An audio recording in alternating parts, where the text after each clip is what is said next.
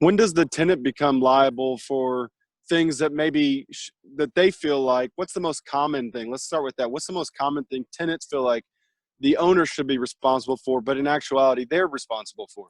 Yeah, so one point in particular, I guess one of the main service calls we get is, clogged pipes or clogged sinks or things like that. And that obviously can go either direction. It could be an owner responsibility or it could be a tenant responsibility. It's an owner responsibility when if they moved into the house and they notice the drains are very slow and they notice things backing up right away, like within the first day of them moving in, then that's something that the owner probably should have taken care of before the tenants moved in. You get the pipes checked and things like that. If it's something that happens, let's say 6 months down the line, then that's something we're going to look at as far as the tenant neglect. Now, it's not necessarily that the tenant purposely tried to do anything or put anything down the sink drains, but a clogged garbage disposal, 95% of the time, if it's clogged after the tenant's moved in within a couple months or even a couple days, and you find a foreign object in the sink, obviously it's going to be the tenant's responsibility to pay for that service call. Finding a spoon or a marble or something like that in the garbage disposal. Right. Too much, like I said earlier, too much stuff down the toilet, will clog the drain. Obviously, that's going to be a tenant repair. But sometimes you don't find any foreign objects in there. You just find maybe a lot of hair and stuff like that in the drain. I know that sounds disgusting, but that also would be something that would be required of the tenant to make sure that, if they've been there a year and they've noticed their drains are all slow, and we go in there and we examine and figure those out, and we figure, hey, there's too much hair in the drain or whatever, then that's obviously going to be a service call that we're going to charge the tenant for that. What about upkeep? I know that a lot of properties, especially around Texas, there's different soils and there's different things that go on. So what about just natural upkeep of the properties? For instance, I know that there's several properties where there's upkeep and maintenance of just the drains. You got to be able to pour things down the drains to make sure that the lines stay open. Whose responsibility is that lying on? So once the tenant signs the lease, and obviously the tenants have been moved in there and stuff like that, if we don't notice anything particular like a collapsed sewer line or anything like that, those are going to be responsibilities of the tenant to maintain and make sure that they don't get clogged. A situation could be where a line does collapse, and I'm talking a sewer line that's underneath a house will collapse, or maybe it's an old galvanized iron pipe or something like that, and it ends up just crumbling apart. And we're talking about houses that are very old, that have the old galvanized piping. In that situation, the owner is going to be responsible for something like that, where the line collapsed, it has to be dug out and replaced and things like that.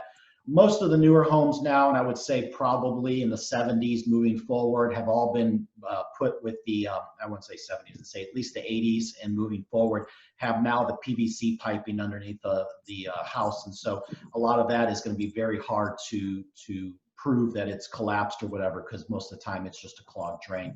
But general maintenance is technically going to be the responsibility of the tenant, as far as just making sure the sewer lines stay clean, things like that.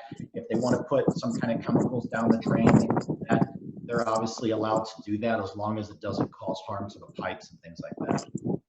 Got you. And what about just normal wear and tear? So, I mean, most individuals nowadays, they have some kind of a pet, whether it's a bird or a dog or a cat. What's the responsibility on maintaining the responsibility of those pets? Obviously, there's deposits, but then at the end of the term, whose responsibility is it for the cleanup?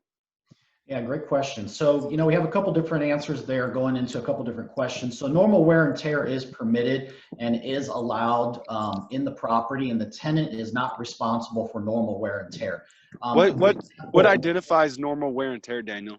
So good question. So normal wear and tear, I'm going to use an example of carpet. Okay, so Sure. You put carpet in a house, and walking on the carpet, it's going to get dirty. It's going to get soiled a little bit. It's going to discolor. As long as the carpet gets cleaned, there is what we call wear and tear on the carpet. It's just from walking on the carpet. It's not going to look as fresh as it did when it first got installed. So that's just a typical example of normal wear and tear. So obviously the tenant is not responsible for the carpet looking like it's brand new when they move out after 12 months. Sure. things are going to slowly wear down. Faucet sinks are going to run a little slower because they get clogged with calcium and things like that. Um, Doors are going to squeak, things like that. The house is not expected to be left in the same exact condition that it was when they first rented it. But if there's anything like broken, specifically, like you can tell, like, yeah, there's a hole in the door, or there's a rip in the carpet, or there's, one of the cabinets doors fell off or whatever. Obviously, that is something that if we can show neglect on the tenant side, then the tenant will be responsible for that.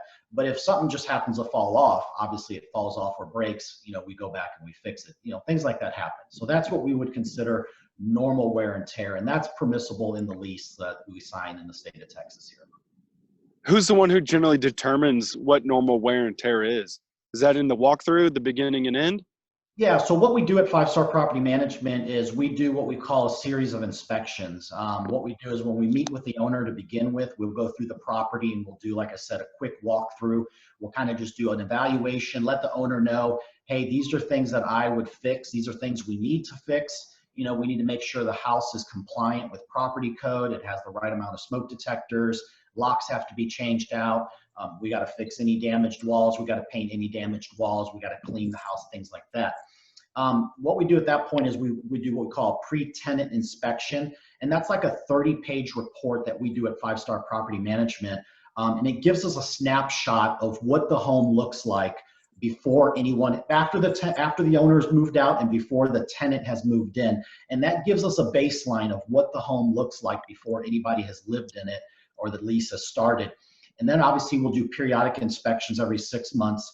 And then at the end of the lease, we'll do what we call a post-tenant inspection. And now we compare the first inspection we did with the inspection after the tenants have lived there for a year.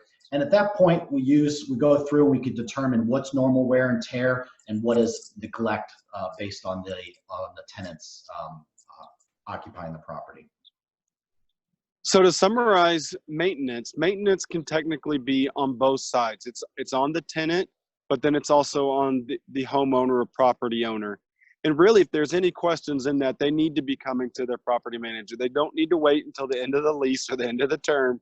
They need to be coming in advance or in the very beginning to allow that communication to be there, correct? Absolutely. Yeah, it's so important that the tenant is keeping the property manager in the know of what's going on in the property, things like that.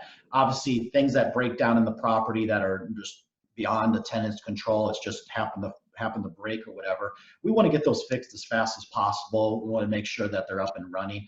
Now, obviously, there is timing and there is a way that we have to be able to get a hold of the tenants and schedule with contractors and things like that.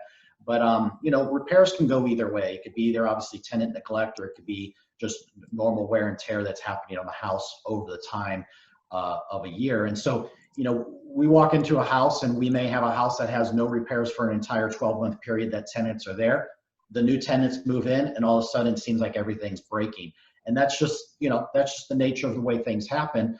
Owners just, will realize that hey, that could be a possibility that happens.